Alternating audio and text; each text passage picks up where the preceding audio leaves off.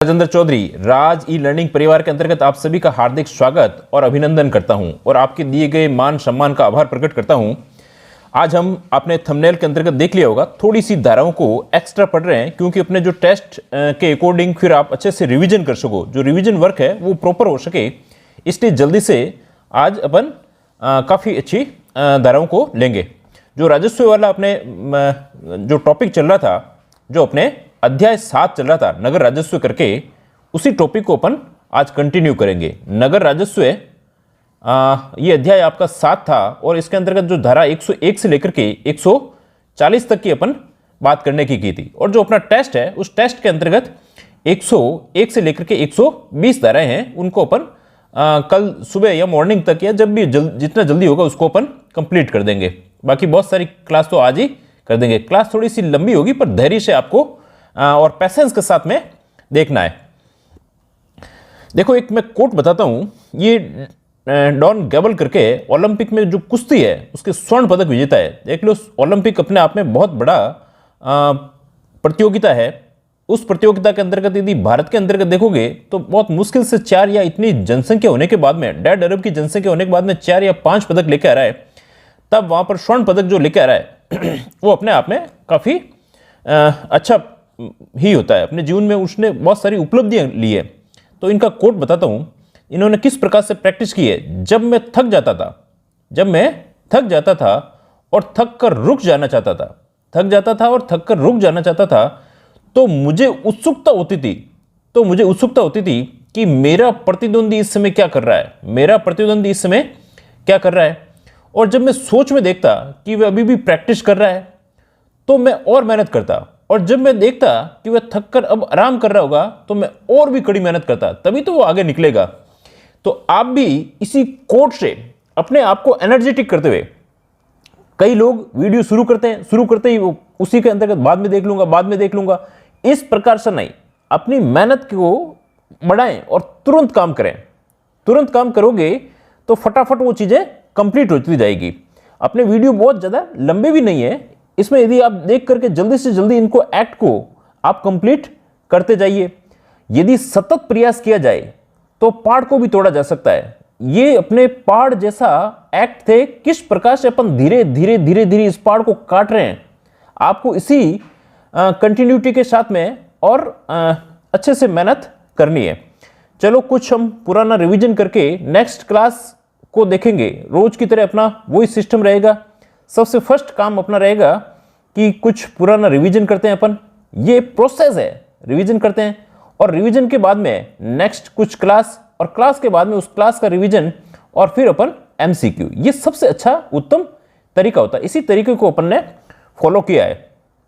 तो चलो let's start करते हैं। थोड़ी क्लास लंबी हो सकती है तो आपको कंटिन्यू एक ही सिटिंग के अंतर्गत देखते हुए इसके नोट्स बना लेने हैं। और ये जो शॉर्ट नोट्स हैं वो आपको जो अपने टीचमिंट ऐप है, जो बिल्कुल आपको जो टेस्ट सीरीज से ज्वाइन करने के लिए आपके लिए ऐप है, उस ऐप के अंतर्गत ये आपको मिल जाएंगे। अब यदि किसी ने टेस्ट सीरीज नहीं ज्वाइन की है तो how to join test series वाला वीडियो देख करके आप टेस्ट सीरीज से जुड़ सकते हैं। चलो नेक्स्ट स्टार्ट करते हैं ना, लेट्स स्टार्ट। नेक्स्ट देखिए, ये दिया हुआ अध्याय 7, अपन बात कर रहे हैं अध्याय 7 की। ये अपन ने पहले कर ली थी, ये रिवीजन के अंतर्गत देख रहे हैं। अब इसमें जो सारे शॉर्ट नोट्स बन रखे हैं उसको भी देख लीजिए। आपको इसमें और कुछ ऐड करनी हो तो वैल्यू ऐड कर दीजिए। तो नगरपालिका का जो राजस्व अध्याय 7 है ये 101 से लेकर के 140 तक है। अब बात आती है धारा 101 की। धारा 101 क्या कहती है? Internal revenues of municipality. ये जो नगरपालिका, ये एरिया है, इस नगरपालिका के अंतर्गत जो आंतरिक, इसके अंतर्गत ही और नगरपालिका के द्वारा जो राजस्व वसूल किए जा रहे हैं उन राजस्वों की बात की गई है 101 के अंतर्गत की गई है। 101 के अंतर्गत 101 आप जो कोई मनवार के अंतर्गत जो 101 रुपए देते हैं, ऐसा याद कर लीजिए। 101 के अंतर्गत जो अंदर ही अंदर जो घर के लोग हैं वही देंगे, दूसरे नहीं देते। तो आंतरिक राजस्व की बात कही गई है। अब देखिए, नगरपालिका का आंतरिक राजस्व विभिन्न स्रोतों से प्राप्तियों और नगरपालिका का आंतरिक राजस्व कहेंगे। किसे कहेंगे नगरपालिका का आंतरिक राजस्व? नगरपालिका द्वारा उगाए गए कर जो नगरपालिका वसूल करती है वो सारे नगरपालिका का आंतरिक राजस्व कहलाएगा। नागरिक सेवाओं की व्यवस्थाएं, जो नागरिकों के लिए कुछ सेवाएं प्रदान की जाती है, इसलिए नगरपालिका द्वारा वसूले गए प्रभार, कुछ इस प्रकार के जो चार्जेज हैं उनको, और विनियामक जो उनकी व्यवस्था के लिए, जो मैनेजमेंट के लिए, जो रेगुलेटरी सिस्टम है, जो रेगुलेटरी इसको विनियामक को क्या कहते हैं, रेगुलेटरी सिस्टम के लिए अन्य कार्यों के लिए वसूली गई फीस या जुर्माने। तो ये इस प्रकार के जो नगरपालिका के द्वारा उगाए गए कर, नागरिक सेवाओं की व्यवस्थाओं के लिए और नगरपालिकाओं द्वारा वसूले गए प्रभार और विनियामक तथा अन्य कार्यों के लिए वसूली की गई फीसें और जुर्माने, ये नगरपालिका के आंतरिक राजस्व कहलाता है। अब इसके अलावा जो 102 धारा आती है, 102 की धारा के अंतर्गत क्या दिया हुआ है, बाध्यकारी कर। बाध्यकारी कर को कहते हैं ऑब्लिगेटरी टैक्सेस। ऑब्लिगेटरी टैक्सेस उसमें है जब राज्य सरकार क्या करती है, एक अधिसूचना जारी करती है और अधिसूचना जारी करके ये नगरपालिका को कह देती है कि ये टैक्स आपको वसूलने हैं। ये तो बाध्यकारी है नगरपालिका को, यदि राज्य सरकार चाहे कि इस प्रकार के कर आपको ये अधिसूचना के अंतर्गत है और ये वसूलने हैं, इस प्रकार का सरकार चाहे तो ऐसा कर सकती है ना। तो अधिसूचना द्वारा नगरपालिकाओं को अपेक्षा की जाए तो वे कर वसूल कर सकती है। कौन कौन से इस प्रकार के बाध्यकारी कर हैं उनको आप देख लीजिए। नगरपालिकाओं की सीमाओं के भीतर स्थित भूमि और भवनों पर कर लगाए जा सकते हैं। वर्ती कोई भी धंधा है, व्यापार है, वर्ती आजीविका या नियोजन पर भी कर लग सकता है। इसके अलावा जो सड़कों और घाटों पर भी कर लगाया जा सकता है, सड़कों और घाटों पर भी कर लगाया जा सकता है।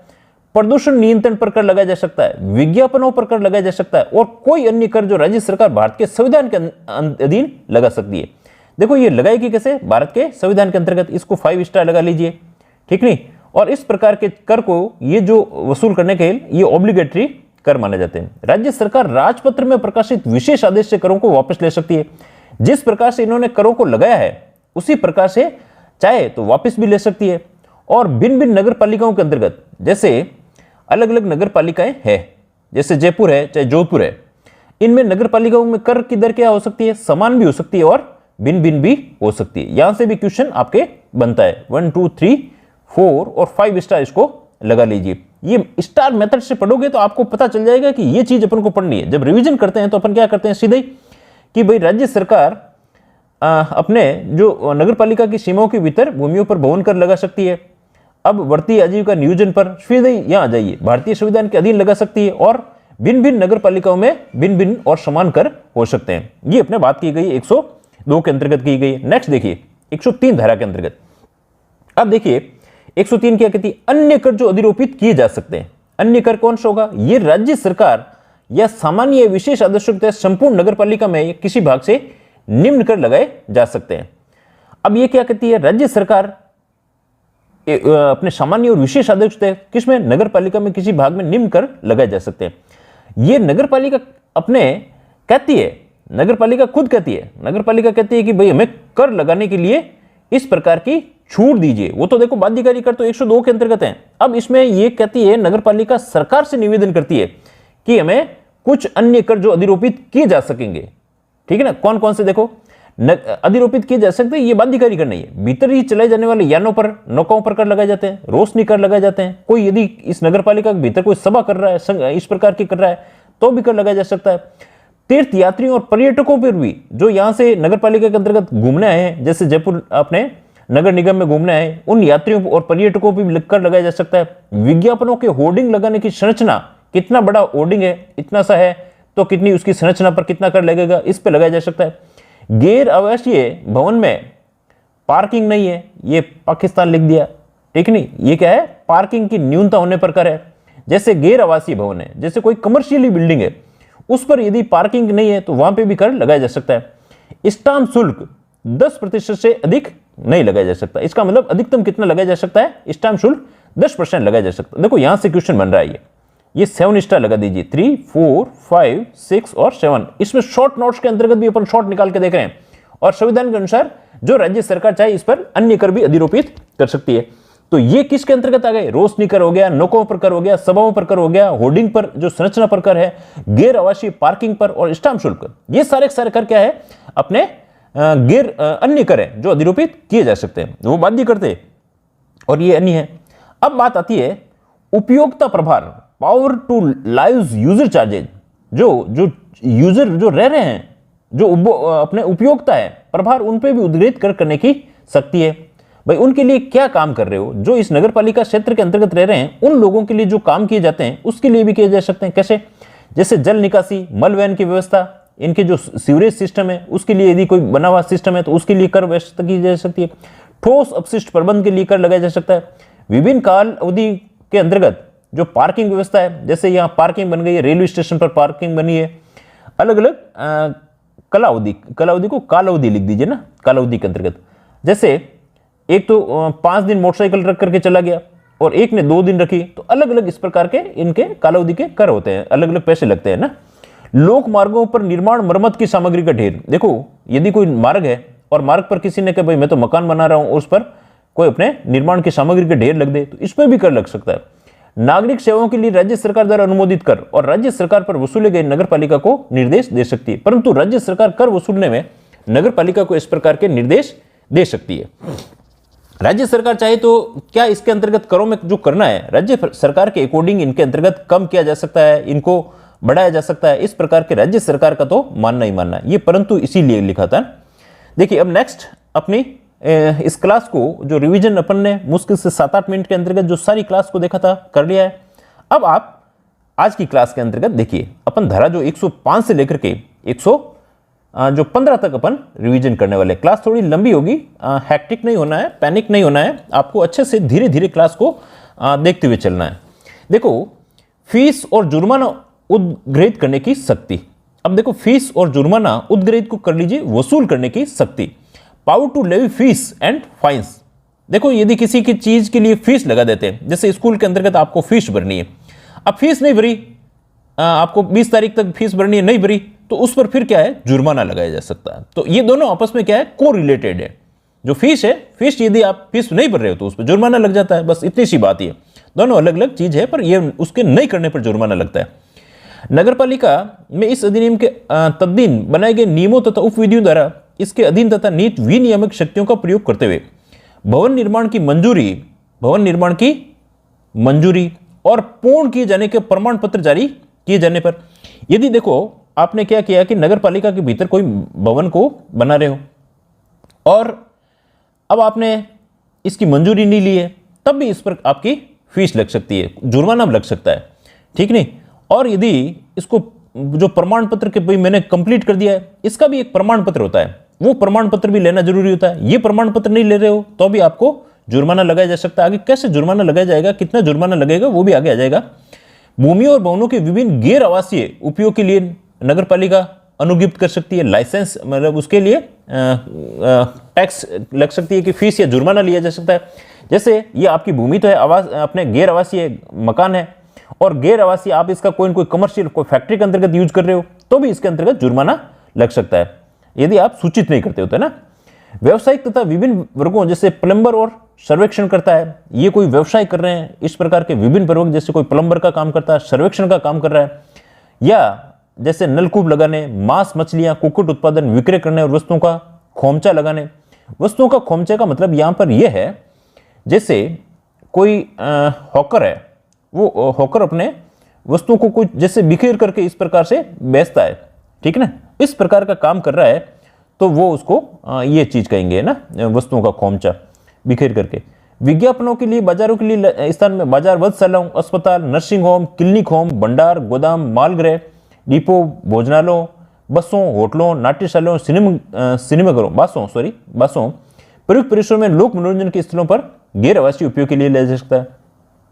अब इसका यदि इस प्रकार से किया जा रहा है तो इनके अंतर्गत टैक्स लगेगा भाई, आपको फीस देनी पड़ेगी और फीस नहीं देते हो तो आपको जुर्माना लगेगा। इसके अलावा नगरपालिका में ऐसा नहीं कि कोई पशुओं को पाल रहा है तो भी लग सकता है, छकड़ों और गाड़ियों पर भी इस प्रकार का कर लग सकता है। नेक्स्ट देखिए, ऐसे अन्य क्रियाकलाप जिस इस अधिनियम के अधीन उपबंधित करते हैं, अनुज्ञापित किए गए हैं, अनुज्ञा की आवश्यकता हो, जिसमें लाइसेंस की आवश्यकता हो, उनके अंतर्गत भी क्या है नहीं दिए जाए तो टैक्स लग सकता है। फिर जन्म और मृत्यु प्रमाण पत्र है, इसके अधीन भी फीसें और जुर्माने उद्ग्रहित करने की शक्ति दी हुई है, मतलब ये भी इसके अंतर्गत आया हुआ है। बाकी तो ये सारे काम के अंतर्गत फीस और जुर्माने जो वसूल करने की शक्ति दी गई है। आप जन्म प्रमाण पत्र बनाते हो तब भी फीस लगती है, और मृत्यु प्रमाण पत्र लगाते हो तब भी फीस लगती है। तो ये सारी बात किसके अंतर्गत की गई है, अपने 105 के अंतर्गत की गई है। 105 का मतलब है फीस और जुर्माने वसूल करने की शक्ति दी गई है।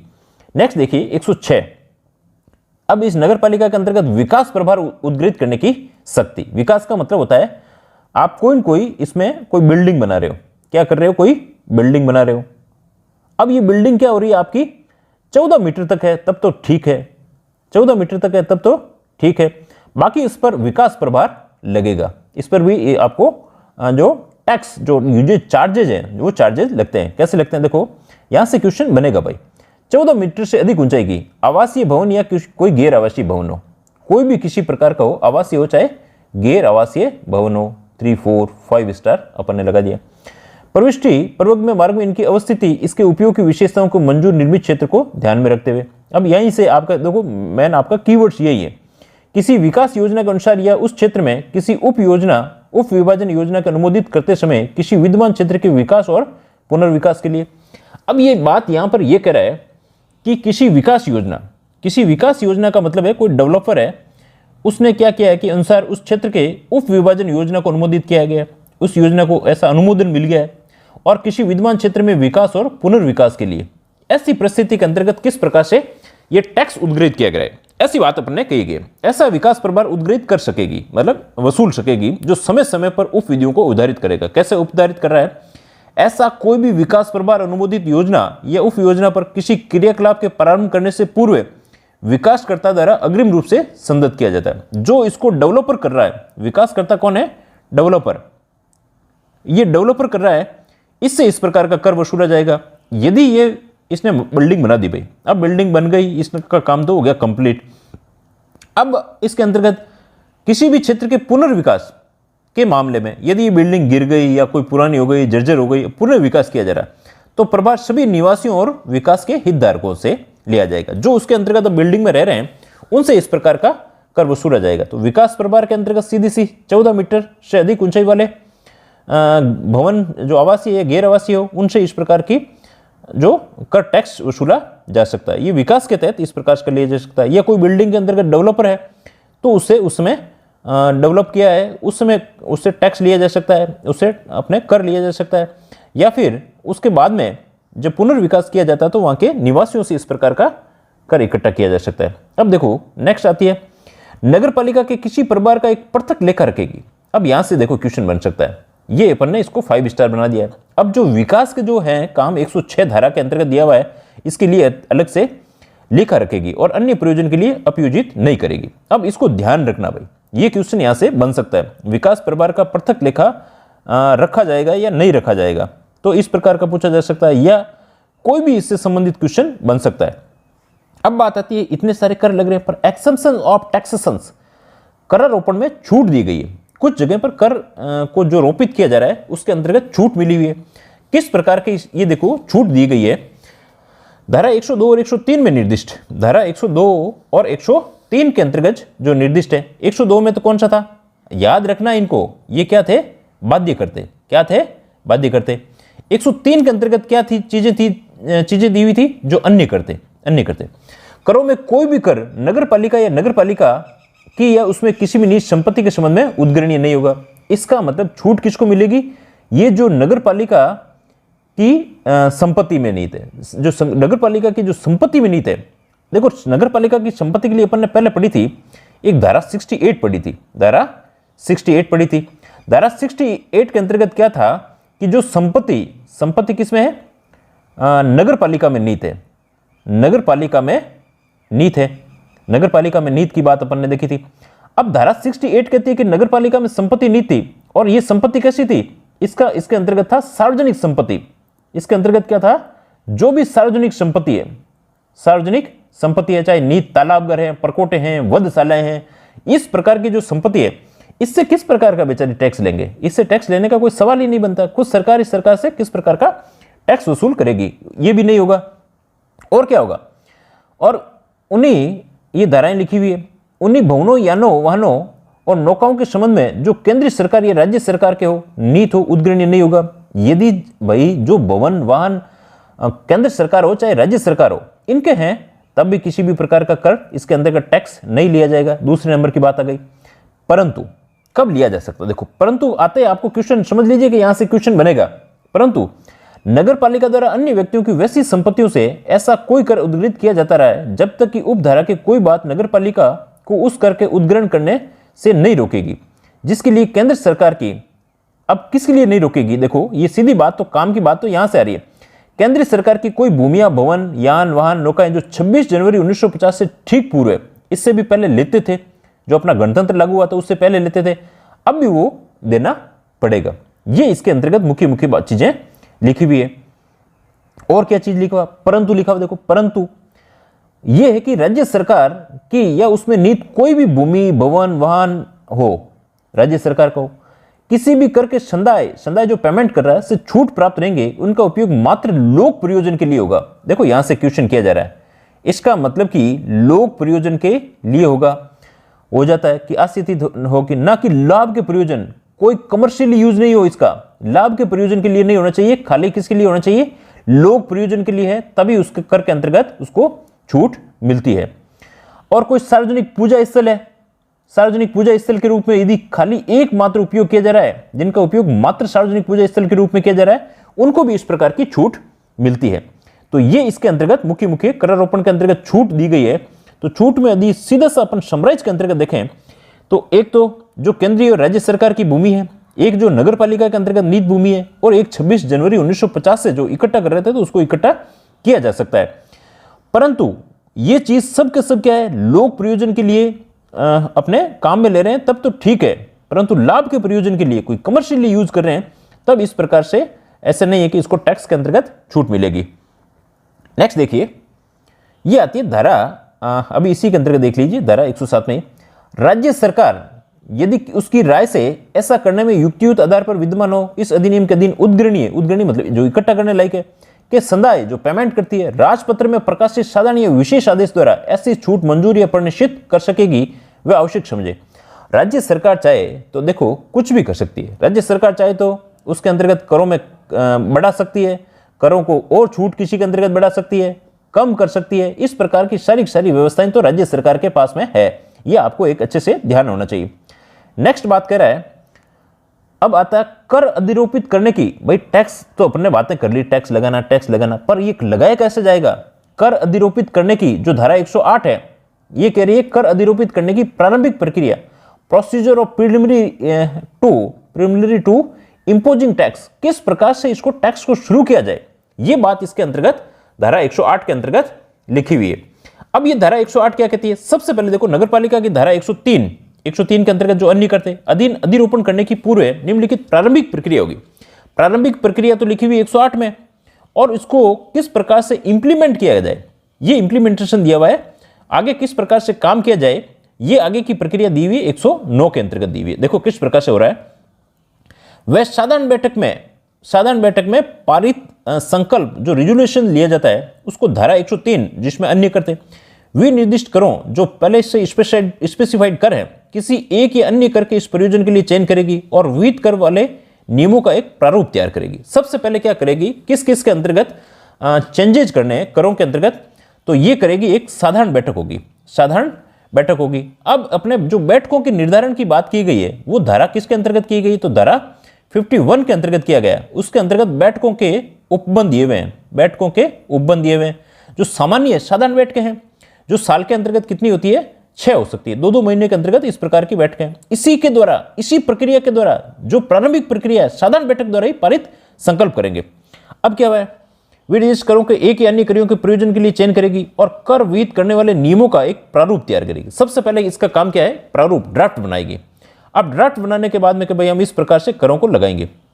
अब क्या है, उन व्यक्तियों या संपत्ति अथवा दोनों के वर्ग के लिए जिन्हें नगरपालिका दायी बनाने के लिए, जो उत्तरदायी बनाने के लिए प्रस्ताव करती है, उन्हें कोई भी छूट जिन्हें देने का ये प्रस्ताव करती है। भाई नगरपालिका को लगता है कि इसके अंतर्गत किस प्रकार से कर लगाए जाए नहीं लगाए जाए, ये नगरपालिका पर डिपेंड करता है। दूसरी चीज क्या कह रहा है, वह रकम या रेट जिस पर नगरपालिका प्रत्येक व्यक्ति या व्यक्तियों के वर्ग से निर्धारित करने का प्रस्ताव करेगी। अब कहेगी भाई ये तो ठीक है, इन्होंने प्रस्ताव ले लिया, अब प्रस्ताव लेने के बाद में इसकी रेट क्या रखी जाए। रेट करने के लिए भवनों भूमियों दोनों की रेट के मामले में प्रत्येक वर्ग का मूल्यांकन किया जाता है। अब उनके मूल्य कितना है ये देखा जाता है, उनका प्राइस वैल्यू कितना है उसके आधार पर रेट करेगी। ऐसा नहीं कि छोटी चीज़ है तो उस पर ज़्यादा लगा दे और बड़ी चीज़ पर कम लगा दे, ऐसा नहीं होगा। मूल्यांकन करेगी। अन्य समस्त मामले में जिनको वो निर्दिष्ट करे राज्य सरकार के अपेक्षा करे। जैसा भी राज्य सरकार इनसे चाहे इस प्रकार से इनसे अपेक्षा की जाती है तो कर अधिरोपित करने की ये यहाँ से प्रारंभिक प्रक्रिया। और भी इसके अंतर्गत है, देखो और क्या किया जाएगा। ऐसा संकल्प पारित हो गया, साधारण बैठक हुई, संकल्प पारित हो गया। संकल्प पारित होने के बाद में इन्होंने कह दिया कि ये भाई कर की प्रक्रिया रहेगी और कर की प्रक्रिया के अंतर्गत ये कर की दर रहेगी और उसका मूल्यांकन कर लिया। अब इसमें प्रथम अनुसूची में दिए गए प्रारूप में सबसे पहले क्या करेगी, नोटिस को प्रकाशित करती है। ये क्या करती है, नोटिस प्रकाशित करती है। ये हो गया, नोटिस प्रकाशित हो गया। अब नोटिस दे दिया कि भाई हम इस प्रकार का टैक्स लगाना चाहते हैं, ये हमारा नोटिस है। अब नोटिस के प्रकाशन के भीतर आपत्ति भेजी जा सकती है, नोटिस के अंतर्गत चेंजेज हो सकते हैं। इसका मतलब नोटिस, ये नोटिस दिया अपन ने, सिर्फ नोटिफाइड करवाया। उक्त कर के अधिरोपण या उससे प्रस्तावित रकम या रेट के या दायी बनाने के लिए जो उत्तरदायी बनाए गए उसमें व्यक्तियों और संपत्ति के वर्गों के प्रस्तावित किसी छूट के संबंध में आपत्ति करने वाला नगरपालिका का कोई भी निवासी उक्त नोटिस का प्रकाशन 1 मास के भीतर भीतर लिखित में आपत्ति भेज सकता है। यदि इसके अंतर्गत लगता है कि कोई समस्या है तो 1 मास के अंतर्गत इस नोटिस की लिखित के अंतर्गत आपत्ति भेजनी पड़ती है। लिखित में आपत्ति भेज दी गई। ये अभी तक क्या चल रहा है, इसमें प्रक्रिया चल रही है। अब आपत्ति भेज दी, अब आपत्ति के बाद में उसको चेक किया जाता है। वह नगरपालिका की आपत्तियों पर विचार करेगी। विचार करने के लिए उस पर रिपोर्ट देने के लिए किसी समिति को प्राधिकृत करेगी जब तक कि वह प्रस्तावित करे त्यागने का विनिश्चय न करे। जब तक उसको त्यागा नहीं गया है, विनिश्चय नहीं किया गया, विशेष संकल्प द्वारा ऐसी तारीख से कर अधिरोपण के निर्देश देगी जो संकल्प पहले, यदि संकल्प के अकॉर्डिंग कोई कर ले लिया है तो जब तक उसको आपत्ति नहीं लगी है तब तक उसको कर को अधिरोपण किए जाने की बात की गई है यहां पर।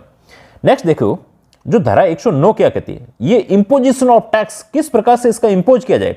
तो कर अधिरोपण की जो तरीका है, जो विधि है, वो इसके अंतर्गत दी हुई है। सबसे पहले क्या होगा, जो धारा 108 में निर्दिष्ट विशेष संकल्प पारित करने के पश्चात, धारा 108 में जो निर्देश दिया, साधारण बैठक हुई, साधारण बैठक के बाद में इन्हें विशिष्ट एक विशेष संकल्प पारित कर दिया, एक रिजोल्यूशन जारी किया। उसके पास नगरपालिका नियत तारीख से कर का अधिरोपण राजपत्र में अधिसूचित करेगी। सबसे पहले ये क्या करेगी, एक फिक्स डेट को इसके अंतर्गत अपने राजपत्र में अधिसूचित करेगी। ये प्रक्रिया हो गई, कैसे लगाया जाएगा। अब यदि देखो अधिरोपण करने की अधिसूचना बात विनिश्चित सबूत होगी और इस अधिनियम के उपबंधों के अनुसार कर अधिरोपित करेगी। परंतु यदि ये वार्षिक रूप से कर वसूला जा रहा है, वार्षिक रूप से कर वसूला जा रहा है, तो वार्षिक रूप से यदि इस कर को वसूला जा रहा है और गजट के अंतर्गत अब प्रकाशित वगैरह हो गया है तो इसमें वो प्रारंभ माना जाएगा। वैसे तो माना जाएगा 1 अप्रैल से, परंतु जब भी बीच में किसी भी महीने से हो जाए तो ये लगता है त्रैमासिक होता है। कैसा होता है कर का अधिरोपण, त्रैमासिक। 1 अप्रैल के बाद में मई, जून, फिर जुलाई के अंतर्गत आ जाएगा। 1 जुलाई के अंतर्गत आएगा, जुलाई के बाद में अगस्त, सितंबर, अक्टूबर, 1 अक्टूबर आ जाएगा, अक्टूबर के बाद के नवंबर, दिसंबर और जनवरी, फिर 1 जनवरी आ जाएगा। यदि इनके अंतर्गत कोई भी कहीं पे भी शुरू कर दिया है, जैसे जुलाई का अगस्त में शुरू कर दिया है, तो वापस से किसके अंतर्गत आएगा, अगले 1 अक्टूबर से इस प्रकार के कर का वसूला जाएगा। ये इसके अंतर्गत प्रोसेस लिखा हुआ है। नेक्स्ट देखो, निम्नलिखित तारीखों में से किसी एक तारीख पर कर के सिवाय प्रवृत्त नहीं होगा। इन्हीं तारीखों में कौन कौन सी तारीख हैं जिसमें प्रवृत्त होगा, एक शासकीय वर्ष, एक जो शासकीय वर्ष जो 1 अप्रैल से लेकर के 31 मार्च तक चलता है, इसको शासकीय वर्ष कहते हैं ना, 31 मार्च तक चलता है, जिसमें ऐसा नोटिस प्रकाशित किया जाए कि अप्रैल की प्रथम दिवस, जुलाई की प्रथम दिवस, अक्टूबर के प्रथम दिवस और जनवरी के प्रथम दिवस तक। इस प्रकार से त्रैमासिक रूप से जब भी आए इसको लिया जा सकता है। फिर नेक्स्ट फाइनेंशियल ईयर से शुरू हो जाता है। यदि अप्रैल के प्रथम दिवस से बिन किसी अन्य दिवस को प्रवृत्त हो तो आगामी अप्रैल के प्रथम दिवस तक त्रैमासिक रूप से उद्ग्रहण होगा। यदि 1 अप्रैल से कोई भिन्न है तब क्या होगा कि वह त्रैमासिक रूप से कभी भी इनके अंतर्गत डेटों के अंतर्गत शुरू किया जा सकता है। और यदि वह इस प्रकार से सीधे ही बाद में आ रहा है तो अप्रैल से शुरू हो रहा है तो फिर वो अपने आप में अपने वार्षिक कर लिया जाता रहेगा। नेक्स्ट देखो, नगरपालिका की इस धारा के अधीन नोटिस जारी किए जाने वाले दिवस को या इसके पूर्व ऐसे में विस्तृत नियम के अपेक्षित हो विनिर्दिष्ट करे तथा उद्ग्रहण और वसूली के ढंग से ऐसी तारीख जिन पर वह और उसकी किस्तें यदि कोई संदेह है तो विहित की जाए तो प्रकाशित करेगी। अब इसके बाद में इनको क्या करना पड़ेगा कि भाई ये इन्होंने कर वर लगा दिया, अब ये कर लगा दिया, इसको क्या करना पड़ेगा, प्रकाशित भी करना पड़ेगा। ये भी ध्यान रखना है, इसको क्या करना पड़ेगा, प्रकाशित करना पड़ेगा। अभी शॉर्ट नोट्स आएंगे तो आपको सारी चीजें और फंडे क्लियर हो जाएंगे। 2 बार इसका आपको रिपीट रिवीजन मिल जाएगा, ठीक ना। एक तो आप सुन रहे हो, दूसरा आप खुद अंडरलाइन कर रहे हो, तीसरी चीज इसका रिपीट रिवीजन कर रहे हो, तो 3 रिवीजन कर रहे हो, और चौथा जब अपन नेक्स्ट क्लास लेते हैं तो उसका चौथा रिवीजन हो जाता है, और उसके बाद में फिर आप जब एग्जाम देते हो तो और रिवीजन हो जाता है। इससे आपके पूरा मल्टी प्रोसेस चल रहा है। यदि किसी कर या किसी कर के विशेष भाग के उद्ग्रहण केवल किसी कालावधि के लिए मंजूर किया जाए और जो उद्ग्रहण को वसूल किया जाए तो असंदत बकाया के सिवाय उस कालावधि में देय हो गया हो, उस कालावधि की समाप्ति पर समाप्त हो जाएगा। यदि कोई टैक्स लगाया इस फिक्स्ड पीरियड के लिए लगाया, अब ये पीरियड समाप्त हो गया तो वो टैक्स अपने आप समाप्त हो जाता है। परंतु यदि किसी का बकाया है तो उससे इस प्रकार से टैक्स वसूला जाएगा। नेक्स्ट बात देखिए, प्रोसीजर ऑफ अल्टरिंग टैक्स, टैक्सों को परिवर्तन करने की प्रक्रिया है। प्रक्रिया जिस प्रकार से टैक्स लगाया जाता है उसी प्रक्रिया के टैक्स को वापस से परिवर्तन किया जा सकता है। जो 108 और 109 की प्रक्रिया है वही प्रक्रिया इसके अंतर्गत 110 में अपनानी पड़ेगी। वही प्रोसीजर, साधारण बैठक होगी, साधारण बैठक के बाद में उसका कि किस प्रकार से उसको अपने भेजा जाएगा कि भाई ये इसकी किस प्रकार का टैक्स है, उसकी मूल्यांकन किया जाएगा, कर लगाया जाएगा, फिर नोटिस प्रकाशित होगा, फिर आपत्तियां ली जाएगी, और आपत्तियों के बाद में उसका विशेष जो रिजोल्यूशन है वो लेकर के फिर इसको प्रकाशित कर दिया जाएगा। नेक्स्ट देखिए, अब बात आती है धारा 111 की। कर को स्थगित करने या प्रतिषेधित करने या सुधार करने की सरकार की शक्ति। अब देखो ये सरकार कौन सी है, राज्य सरकार है। कौन सी है, राज्य सरकार आती है, राज्य सरकार आती है, राज्य सरकार। इसमें देखो इंग्लिश वाली अपन ने चीज हाँ ये लिखा हुआ है, यहाँ चला गया ना। देखो, power to government to suspend or prohibited or remedy tax, ठीक है ना। तो ये बात आती है, कर को स्थगित कर सकती है, किसी भी कर को स्थगित करने की शक्ति है, प्रतिषेध करने की, रोकने की शक्ति है, उसमें सुधार करने की शक्ति दी हुई है। ये 111 के अंतर्गत दिया हुआ, ये इसके अंतर्गत पूरी रामायण के अंतर्गत लिखा हुआ है। राज्य सरकार को शिकायत किए जाने पर होगी कब, शिकायत किए जाने पर या अन्यथा ऐसा प्रतीत होता है सरकार को, तो कर भार यदि अनुचित है तो उसका किसी भाग को, पूरे कर को जरूर नहीं, किसी भाग को उद्ग्रहण वसूल करने के लिए जन साधारण के हित के प्रतिकूल है या हानिकारक है, तो ऐसी स्थिति के अंतर्गत राज्य सरकार उक्त नगरपालिका की किसी भी त्रुटि या आक्षेप जो कि उसके उक्त कर के बारे में या उसके निर्धारण संग्रहण की रीति के विद्यमान प्रतीत हो, तो उस कालावधि के भीतर या उसमें नियमित जो निराकरण उपाय की अपेक्षा कर सकती है। यदि इस प्रकार नियत की गई कालावधि के भीतर ऐसी अपेक्षा राज्य सरकार के समाधान रूप से क्रियान्वित नहीं की जाए तो राज्य पत्र की अधिसूचना द्वारा कर या उसके जो उद्ग्रहण जो इकट्ठा किया जा रहा है उस समय तक स्थगित कर सकेगी। त्रुटि पर आक्षेप का निराकरण न कर दिया जाए तो समाप्त या कम भी कर सकती है। देखो ये पूरी इतनी बातें लिखी हुई है, ये सारी बातें सिर्फ एक ही लाइन के अंतर्गत देखो तो इतनी जरूरत ही नहीं है। जरूरत सिर्फ इतनी है कि राज्य सरकार करों को स्थगित कर सकती है, प्रतिषेधित कर सकती है और उसमें सुधार कर सकती है। प्रतिषेधित का मतलब यहां है सस्पेंड कर सकती है, प्रोहिबिट कर सकती है, उसको रोक सकती है और उसको उसमें सुधार भी कर सकती है। यही बात इसके अंतर्गत लिखी हुई है। कब, जब राज्य सरकार शिकायत करे या उसको राज्य सरकार को लगे। ये तो अपने की सरकार की बात। अब नेक्स्ट 112 के अंतर्गत है कर को स्थगित या समाप्त करने की नगरपालिका की शक्ति। अब इसके अंतर्गत क्या है, ये पावर दिया हुआ है, इसके अंतर्गत तो सरकार के पास में था। ये करों को स्थगित या समाप्त करने की शक्ति किसमें है, नगरपालिका के अंतर्गत है। पहले सरकार करेगी, फिर नगरपालिका की भी इस प्रकार की शक्ति है। कब करेगी, जब लोकहित का मामला हो। राज्य सरकार की किन्हीं सामान्य विशेष आदेशों के अधीन रहते हुए कोई नगरपालिका यदि उसके समाधान हो जाए तो ऐसा लोकहित में है तो उसे स्थगित या समाप्त कर सकती है। तो ये इसके अंतर्गत मुख्यतः मोटी बात कही गई है। नेक्स्ट देखिए, assessment of tax and appointment of assessor. देखो यदि राज्य सरकार चाहे क्या, इनको नियुक्त करती है, कर का निर्धारण और कर निर्धारकों की नियुक्ति करती है। कर का किस प्रकार से निर्धारण किया जाए और कौन किस प्रकार से कर निर्धारक, उसके लिए अपॉइंटमेंट करती है। तो राज्य सरकार कर निर्धारकों की नियुक्ति कर सकेगी और ऐसे प्रारूप में ऐसी रीति जो सरकार को निमित्त बनाएगी, नियमों के अधिकृत की जाए। एक तो बात ये हो गई। इसके अलावा बात कर रहा है कि कर निर्धारकों को राज्य सरकार के सामान्य विशेष आदेशों से कोई ऐसा अन्य कार्य समुन्निर्देश किया जा सकता है। यदि ये कर निर्धारक है, इनको राज्य सरकार के कुछ इसी प्रकार का कोई कार्य, इनको अलग काम दे दिया जाए तो भी ये कर निर्धारकों को काम करना पड़ेगा। उनको राज्य सरकार जैसा कहती है वैसा करना पड़ेगा। अब देखो नेक्स्ट दिया है, कतिपय जानकारियां देना और उन्हें देने में विफल रहने का परिणाम। Supply for certain information and consequence of failure supply. अब इसमें देखो क्या बात आ रही है कि ये कर निर्धारक हो गया। कर निर्धारक क्या करेगा कि ये नगर पालिका के अंतर्गत की बात कर रहा है, तो कर निर्धारक उनसे पूछ सकता है, भाई जानकारी ले सकता है कि क्या इंफॉर्मेशन है, क्या आपका कर है, उसकी कर की विवरणी क्या है, इसके बारे में पूछ सकता है। और यदि ये कर निर्धारक को जानकारी नहीं देते हैं या मना करते हैं तो या गलत जानकारी देते हैं तो इस पर अलग अलग इस पे फाइन लगने के हैं। ठीक है ना, कैसा इसका उद्ग्रहण होगा देखिए आप। कर निर्धारक से अध्यपेक्षा पर धारा 102 की उपधारा में निर्दिष्ट भवन या भूमि दोनों का स्वामी या अधिभोगी या जो ऑक्यूपाई कर रखा है, जिसके उसके कब्जे के अंतर्गत ऑक्यूपाई है, ऐसी युक्तियुक्त कालावधि में अध्यपेक्षा निर्दिष्ट की जाए जो बाध्य होगा। भाई उसको जो कर के बारे में पूछा जाए, जानकारी पूछी जाए, कर निर्धारक पूछ रहा है तो उसको बतानी है। कुल मिलाकर बात यहां पर यह है। ऐसे प्रारूप में विवरणी देने के लिए, ऐसे प्रारूप में विवरणी देने के लिए जो विहित की जाए उसको बताना पड़ेगा, सारा विवरण उसको देना पड़ेगा। और क्या है, ऐसी जानकारी देने के लिए उस व्यक्ति का अवधारण करने की अपेक्षित है कि वह ये बताएगा, जिसमें धारा 120 के अधीन कर मूलतः उद्ग्रहणीय है, जो कर वसूल किए जाने हैं।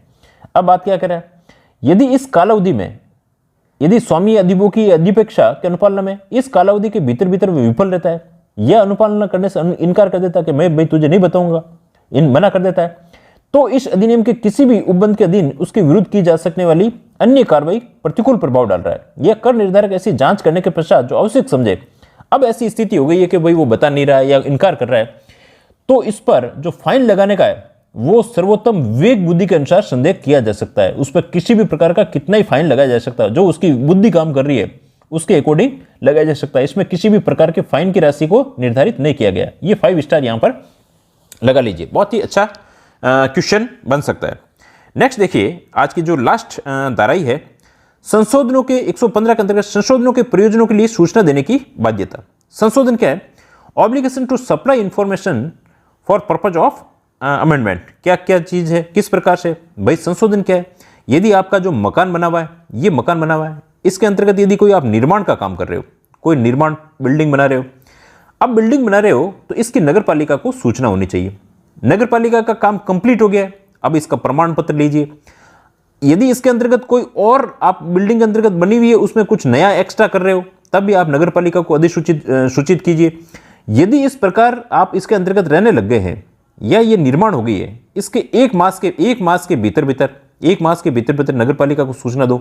अब नगर पालिका को सूचना नहीं देते हो तो किस किस प्रकार के फाइन लगते हैं ये देखिए, इससे थोड़ा सा पहले पढ़ लीजिए।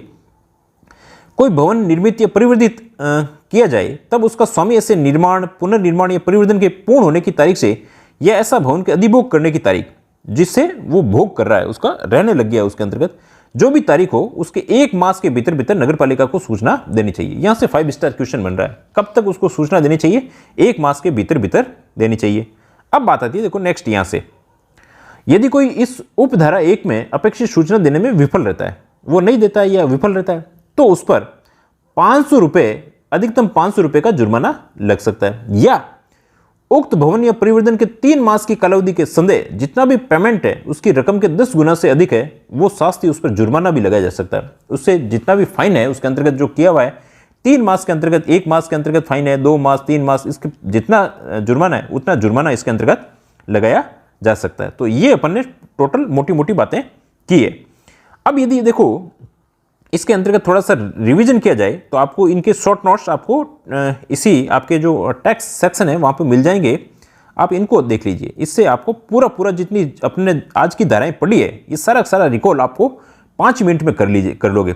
देखो सबसे पहले जो 105 धारा कहती है power to levy fees and fines, fees और जुर्माना उद्गृहित करने की, वसूल करने की शक्ति है। कैसे शक्ति है भाई, नगर पालिका अधिनियम इसके बनाए गए नियमों और विनियामक शक्तियों का प्रयोग करके। कैसे, बिना मंजूरी कोई भवन बना रहा है, बिना पूर्ण किए जाने का प्रमाण पत्र जारी करने के लिए इस प्रकार की किया जा सकता है। भूमियों के भवनों के गैर रियासी उपयोग के लिए लाइसेंस जारी करना, विभिन्न प्रकार की व्यवसायिक गतिविधियों के लिए लाइसेंस ले सकता है। कोई प्लम्बर का काम कर रहा है, कोई वहाँ मांस मछली का विक्रय कर रहा है, कोई हॉकर का काम कर रहा है, वधशालाएं हैं, अस्पताल है, होटल, थिएटर, सिनेमाघर, अन्य व्यवसायी आवासियों में पशुओं, छकड़ों, गाड़ियों आदि पर लगाया जा सकता है। जन्म मृत्यु प्रमाण पत्र, ये सारे अपने अपने टैक्सेस लगाए जा सकते हैं। फीस और जुर्माने, फीस यदि नहीं देता तो उस पर जुर्माना लगा दिया जाता है। ये धारा 105 के अंतर्गत किया गया। धारा 106 क्या कहती है, देखो, power to levy development charge, विकास प्रभार। यदि कोई विकास का काम कर रहा है और 14 मीटर से ऊपर की कोई बिल्डिंग बना रहा है तो उसको विकास प्रभार वसूला जा सकता है, ठीक नहीं। यदि कोई किसी डेवलपर ने बिल्डिंग बना दी है, ये डेवलपर ने बिल्डिंग बना दी है तो उस पर भी टैक्स लगता है।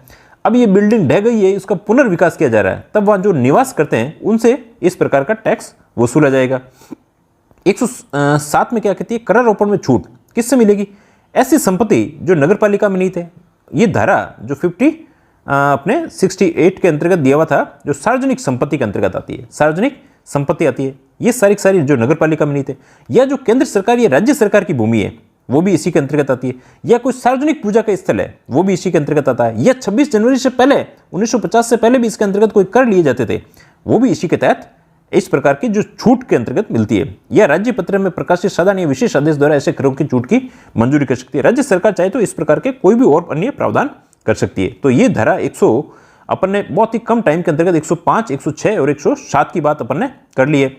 तो फीस और जुर्माना शक्ति 106 में, विकास प्रभार उद्घाटित करने की शक्ति, करारोपण के अंतर्गत छूट में शक्ति आती है। वापिस से देखो, इसका रिवीजन कर रहे हैं अपन।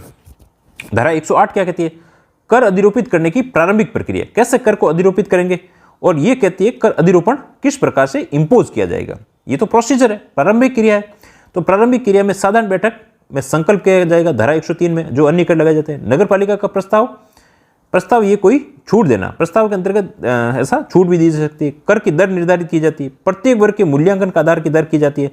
ऐसे अन्य मामले जिन्हें राज्य सरकार अपेक्षा करे। अब संकल्प पारित हो गया, उसके बाद में नोटिस के साथ में प्रकाशित किया जाता है और 1 माह के अंतर्गत आपत्तियां ली जाती है। ये सारे क्वेश्चन है और आपत्तियों के बाद में इसको लागू किया जा सकता है। अब लागू कर दिया, कैसे कैसे टैक्स लगेंगे, किस प्रकार से टैक्स लगेंगे, ये बातें की गई। अब इसके लिए विशेष संकल्प पारित हो गया 109 के अंतर्गत। उसके बाद में नगर पालिका को नियत तारीख करके अधिरोपण करने के पश्चात राजपत्र में अधिसूचित की जाती है।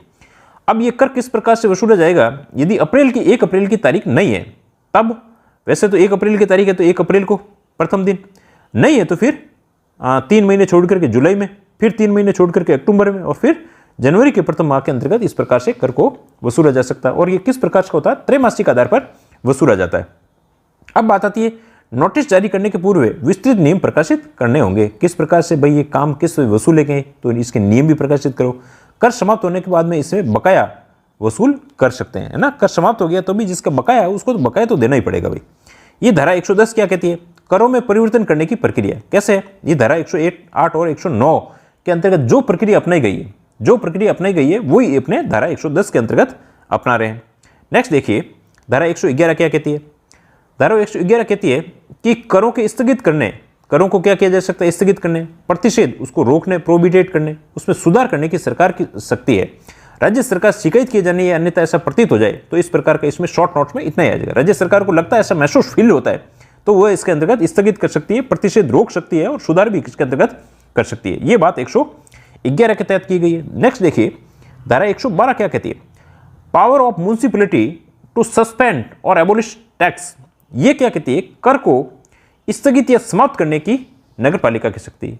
ये तो दी है शक्ति राज्य सरकार को दी हुई है, ये तो शक्ति दी हुई है राज्य सरकार को, और ये शक्ति दी हुई है इसको समाप्त करने की शक्ति 112 के अंतर्गत है जो नगर पालिका के अंतर्गत दी हुई है। 112 में देखो नगर पालिका, जैसे 12 जो अपने अनुसूची है, 12 अनुसूची किससे संबंधित है, नगर पालिका से संबंधित है। तो इसमें 12 के अंतर्गत ये ध्यान रह जाएगा, 112 में क्या है, नगर पालिका के समाप्त करने की। 111 में अपना आप ही रह जाएगा, राज्य सरकार की बात कही गई है।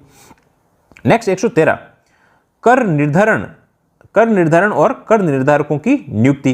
देखो ये 13 किसी में होटलों में 13 कमरा भी नहीं होता है, तो इस प्रकार से भी याद कर सकते हो। कर निर्धारक, होटलों में क्या है, कोई कर निर्धारक ठहरा हुआ है तो अपना आप ही 113 भी याद आ जाएगा आपको। राज्य सरकार द्वारा नियमों के तहत कर निर्धारित करेंगे। राज्य सरकार सामान्य विशेष आदेश से ऐसा अन्य कार्य भी करवा सकती है। ये बात है भाई, राज्य सरकार कर निर्धारकों की नियुक्ति करेगी और इनसे लगता है इसी प्रकार का कोई अन्य कार्य है तो भी ये इसके अकॉर्डिंग करवा सकती है। नेक्स्ट देखिए, धारा 114, कतिपय जानकारी देना, supply to certain information and consequence to failure supply. ये कर निर्धारक ने क्या कहा कि भाई मुझे कुछ जानकारी चाहिए और जानकारी नहीं दी जाती है तो वो विवेक के अनुसार इस पर कर का निर्धारण कर सकता है, इंपोज कर सकता है, नहीं तो जुर्माना लगाया जा सकता है। कतिपय जानकारी देने में विफल रहने के परिणाम कर निर्धारक भवन या भूमि के स्वामी या अधिभोगी से कर की जानकारी मांगने पर विवरणी देने के लिए बाध्य होगा, उसको देना पड़ेगा, ये ऑब्लिगेशन है। और सॉरी, निश्चित समय पर जानकारी का नहीं देना या इनकार करना या अन्य प्रतिकूल कार्य करने पर उस भवन या भूमि के कर निर्धारक आवश्यक समझे तो विवेक के अनुसार उस पर कर का निर्धारण करेगा। ये 115 के अंतर्गत दिया हुआ है। नेक्स्ट देखो धारा 115 क्या कहती है। Obligation to supply information for purpose to amendment, संशोधनों के प्रयोजन के लिए सूचना देने की बाध्यता कैसे दी जाती है। जब कोई भवन निर्माण है, जब कोई भवन निर्माण उसमें संशोधन किया जा रहा है, भवन निर्माण किया, उन्होंने मकान बनाया, ठीक है भाई, या फिर पुनः निर्माण किया, या इसमें परिवर्तन, कोई इसमें एनलार्ज किया, उसका निर्माण और बढ़ा दिया, होने या निवास करने से जो भी पहले 1 मास के भीतर भीतर नगर पालिका को सूचना देनी पड़ेगी। आप भवन का निर्माण कर रहे हो तो भी सूचना दो, इसका पुनः निर्माण कर रहे हो तब भी सूचना दो, या इसमें एनलार्ज कर रहे हो, बड़ा कर रहे हो, तभी नगर पालिका को सूचना आपको देनी है। और सूचना 1 महीने के भीतर दी जाती है। यदि सूचना देने में विफल रहता है तो 500 रुपये या 500 रुपये से अधिक 500 रुपये से अधिक का नहीं हो, है ना, नहीं हो।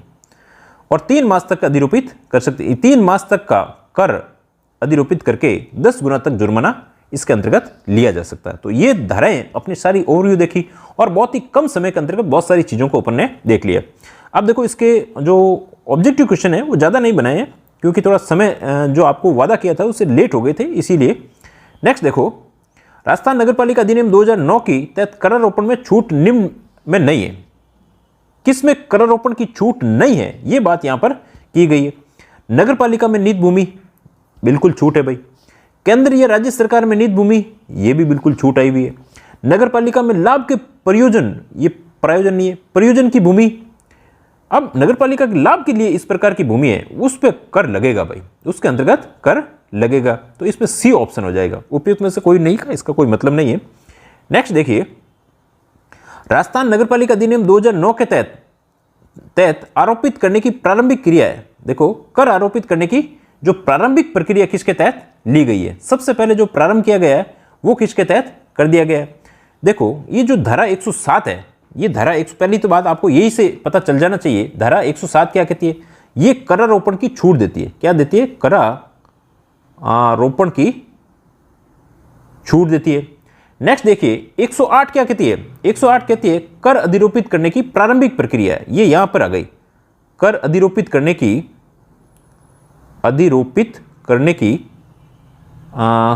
की ये इस पे ऐसा ही लिखा जाता है, प्रारंभित करने की ये प्रक्रिया यहां पर दी हुई है। अब 109 के अंतर्गत क्या दिया हुआ है, इसके अंतर्गत जो कर हैं उनको अधिरोपण कर दिया गया है। 109 में कर का अधिरोपण कर दिया गया है। और जो धारा 110 है, धारा 10 के अंतर्गत जो करों में परिवर्तन करने की प्रक्रिया, जैसा 108 और 109 में अपनाया गया है वैसी परिवर्तन करने की प्रक्रिया 110 के अंतर्गत दी हुई है। इसके अंतर्गत ऑप्शन क्या हो जाएगा, जो कर रोपण के अंतर्गत क्या क्वेश्चन पूछा है इसमें, तहत आरोपित करने की जो प्रारंभिक प्रक्रिया है, प्रारंभिक प्रक्रिया किसके तहत ली गई है, ये 107 के तहत ली गई है, 107 के तहत लिया गया है। तो इसके अंतर्गत ए ऑप्शन हो जाएगा। सॉरी, आपको ये हो गया ना। तो आई होप आपको क्लास अच्छी लगी होगी। आप हमारे चैनल को लाइक करें, शेयर करें, सब्सक्राइब करें। नेक्स्ट क्लास छोटी सी क्लास होगी कल, और उस क्लास को लेने के बाद में आपको सिर्फ रिकॉल और रिवीजन ही करना है। Thanks a lot.